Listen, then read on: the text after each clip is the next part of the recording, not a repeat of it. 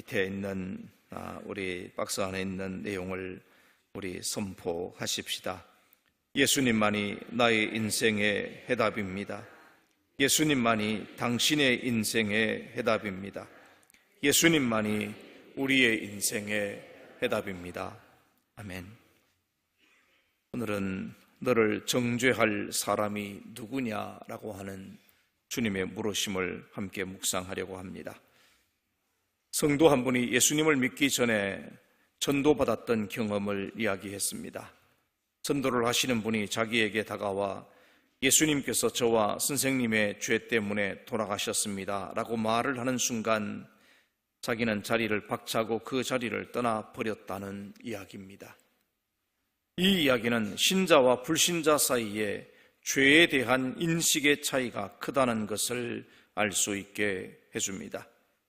예를 들어서 믿지 않는 사람들은 살인, 간음, 강도 이런 정도는 되어야 죄라고 느끼지만 이웃을 내 몸과 같이 사랑하지 않는 것, 선을 베풀지 않는 것을 죄라고 말하면 동의하지 않는다는 것이지요. 그러나 성경은 행동뿐 아니라 미움, 시기, 질투, 정욕, 탐심, 거짓말과 같은 마음속에 있는 생각까지라도 죄라고 가르쳐 주고 있습니다. 심지어 주님은 음욕을 품으면 이미 간음죄를 범한 것이고 미워하면 이미 살인죄를 범한 것이며 탐심을 가지면 도둑질했다고 말씀합니다. 하나님은 공의롭고 정결하기 때문에 작은 죄가 있어도 용납하지 않는다고 성경은 말합니다. 그리고 하나님은 사람들이 정결하기를 요구하시는 것입니다. 내가 거룩하니 너희도 거룩하라. 이 말씀이 무슨 말씀이겠습니까? 우리의 정결을 요구하시는 주님의 말씀입니다. 그래서 하나님은 예수님이 우리 죄값을 치르기 위해 대신 돌아가게 하시고 장사한 지 3일 만에 부활하도록 하신 것입니다. 그리고 그 예수님을 자신의 구주로 모실 때 사람들은 죄에서 자유로워질 수 있는 것입니다.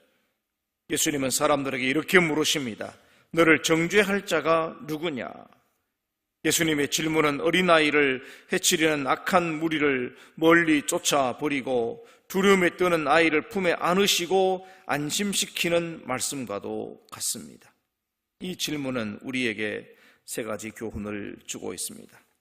첫 번째는 주님은 마음을 아시는 분이시다 이렇게 말씀하고 있습니다.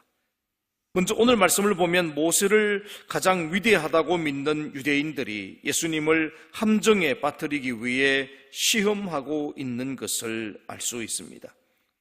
예수님이 율법대로 간음한 여인을 돌로 치라고 하면 율법은 지키되 원수를 사랑하라 하는 말을 어기는 상황이 되는 것이기에 유대인들은 예수님이 이 함정에 걸려들 것이라고 생각했던 것입니다.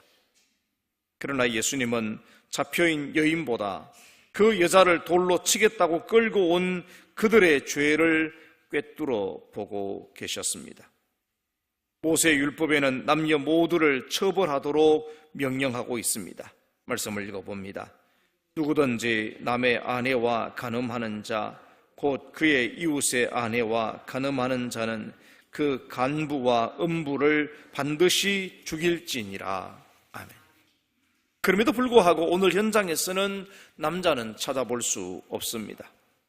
정말 유대인들이 하나님의 율법을 사랑하고 그 말씀의 본질을 따르고 순종하려고 했다면 그들은 이 여인의 부덕함으로 인해 거룩한 노를 바라고 애통하고 비통한 심정으로 죄의 문제를 해결하려고 노력해야만 했던 것입니다. 하지만 그들은 율법의 정신은 잊어버린 채 예수님만을 올무에 빠뜨리려는 것에 혈안이 되어 있는 모습을 봅니다. 주님은 이러한 유대인들의 악한 마음을 아셨습니다. 예수님은 사람들의 악한 마음도 아셨지만 동시에 백성들의 형편과 사정도 아시는 분이십니다. 주님은 동시에 오늘 우리의 마음도 아십니다. 우리들 삶에 얽혀있는 복잡하고 부끄러운 일들 또 문제에 대해서도 모두 알고 계시는 분이십니다. 주님은 우리를 아시기 때문에 우리를 정죄하기보다는 문제를 통해서 진정한 하나님의 사랑과 용서를 발견하고 경험하기를 원하십니다. 오늘 우리를 향한 주님의 마음도 다르지 않습니다. 그래서 그 문제와 죄 가운데 빠져 인생을 허비하기보다는 문제와 죄로부터 해방되어져서 새로운 삶을 살기를 원하십니다. 때문에 예수님은 원수를 사랑하는 마음과 나보다 남을 낮게 여기는 마음으로 살아가도록 당부하신 것입니다. 성경은 이렇게 표현을 하고 있죠. 하나님은 우리의 머리카락 하나라도 그리고 깊은 마음의 생각까지라도 아시는 분이시다. 우리가 늘 부르는 찬양 가운데서는 뭐라고 고백합니다. 우리의 신음소리마저도 들으시는 분이시다. 그렇게 표현을 하시고 있지 않습니까? 오늘 주님께서 오늘 저와 여러분의 마음 가장 깊은 곳까지도 헤아리시고 또 아시는 분이심을 믿으시기 바랍니다. 두 번째로 주님은 죄를 용서하시는 분이십니다. 예수님은 여인을 돌로 치려는 사람들을 향하여 죄 없는 자가 먼저 돌로 치라고 말씀하십니다. 그런데 놀라운 것은 당장 돌을 들어 간음한 죄인을 죽이려는 듯 흥분했던 군중들이 예수님께서 하신 한마디의 말씀에 그 자리에서 슬금슬금 사라지고 말았다라고 하는 것이죠. 다른 사람들의 죄만 보았던 군중들, 자신의 눈에 들보가 들어있는 것은 모르고 다른 사람들의 눈에 있는 티를 보고 흥분했던 사람들은 자리를 떠났습니다. 죄 없는 자가 먼저 돌로 치라 하신 이 주님의 말씀이 군중들로 하여금 자신들의 죄를 보게 했던 것입니다. 누구든지 예수님 앞에 서면 자신의 죄가 보이게 마련입니다. 누구든지 말씀 앞에 서면 자신의 죄가 보입니다. 그래서 자신의 죄를 보고 그 죄를 씻는 의식을 거행하는 물두멍에는 말씀과 성령을 상징하는 물로 채워져 있었던 것입니다. 그래서 하나님은 거울을 녹여서 물두멍을 만들도록 하셨습니다. 여러분, 물두멍이 뭔지 아시죠? 예루살렘 성전 하나님의 성소 앞에 제사장들이 자신들이 씻기 위해서 물로 채워놓은 그런 일종의 물통 같은 것입니다.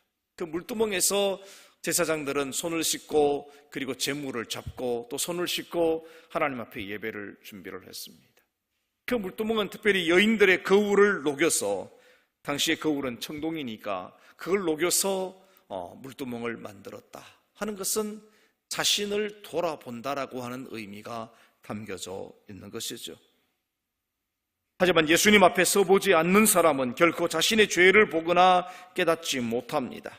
그래서 사람들은 자신의 눈에 있는 들보는 보지 못하고 남의 눈에 있는 티는 크게 보는 일을 태연히 반복하며 살아가고 있는 것입니다. 타인의 작은 잘못일지라도 죄인이라고 단정하고 심판하려는 오류를 수도 없이 반복하며 우리는 살아가고 있습니다.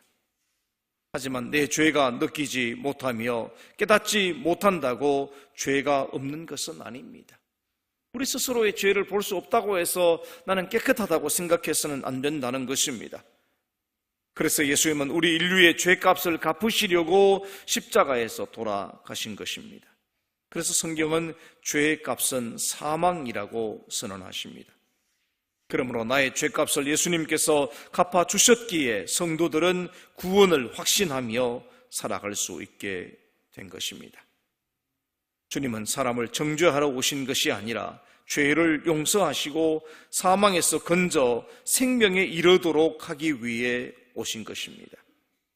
인생에서 가장 무거운 죄의 짐을 내려놓을 수 있는 방법을 예수님이 주신 것입니다. 사실 여기 모인 군중들, 그들의 자신들의 죄를 깨닫고 돌아갔다. 사실은 그것이 주님의 귀한 뜻입니다.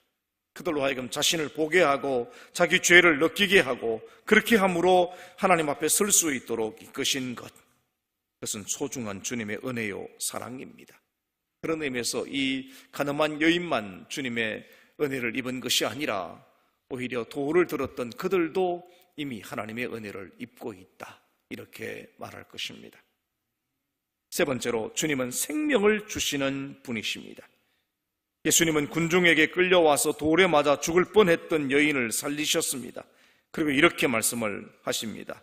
같이 한번 읽겠습니다. 나도 너를 정죄하지 아니하노니 가서 다시는 죄를 범하지 말라. 이것은 예수님만이 할 수 있는 일입니다. 예수님도 여인을 정죄하지 않겠다고 말씀하신 것은 자리를 떠나갔던 사람들과는 근본적으로 다른 것입니다. 모든 주권을 갖고 계신 예수님만이 죄를 용서하시며 심판하실 수 있는 분이라는 사실을 말씀하고 있는 것입니다. 그래서 주님만이 유일한 구세주이며 생명을 주시는 분이라는 사실을 우리에게 보여주셨습니다. 세상에 그 어떤 것이 사람의 생명을 대신할 수 있겠습니까? 사람들이 노력하고 애쓰면 잠시 생명을 연장할 수는 있겠지만 영원히 살 수는 없는 것입니다. 그러므로 인생에 있어서 가장 중요한 것, 사람이 찾고 만나고 힘써 구해야 할 것이 바로 예수 그리스도이십니다. 그 외의 것은 주님께서 우리에게 선물로 주시는 것으로 우리가 받아 누릴 수 있는 것들로 되어 있습니다. 그래서 세상 것에 목숨을 걸고 살기보다는 믿음과 신앙에 목숨을 걸고 사는 것이 지혜로운 것입니다. 모든 성도들이 십자가를 사랑하고 예수님을 힘있게 붙들고 목숨을 걸고 예수님을 사랑하게 된다면 여러분, 우린 가장 귀한 것을 얻은 사람이 되는 것입니다. 그래서 우리는 서로를 정죄하고 심판하며 사는 사람들이 아니라 죄를 용서받고 생명을 얻는 사람으로 살아가기를 원합니다. 인생에서 가장 무거운 죄, 문제를 해결한 축복받은 사람들로 세상을 보고 인생을 바라보며 살아가는 그런 믿음의 사람들이 되어지시기를 주님의 이름으로 축원합니다. 오늘 이 아침에 주님이 주신 말씀을 마음에 새기면서 이렇게 기도하시기 바랍니다. 모든 것을 아시는 주님을 온전히 신뢰하고 주님을 따르게 하옵소서. 불신앙을 제하여 탁월한 신앙을 지니게 하옵소서. 주님만을 의지하고 주님만 바라보게 하옵소서. 오늘 우리 자신의 모습을 분명히 깨달아 회개하며 날마다 거듭나는 삶을 살게 하옵소서. 우리 함께 찬송하고 기도하겠습니다.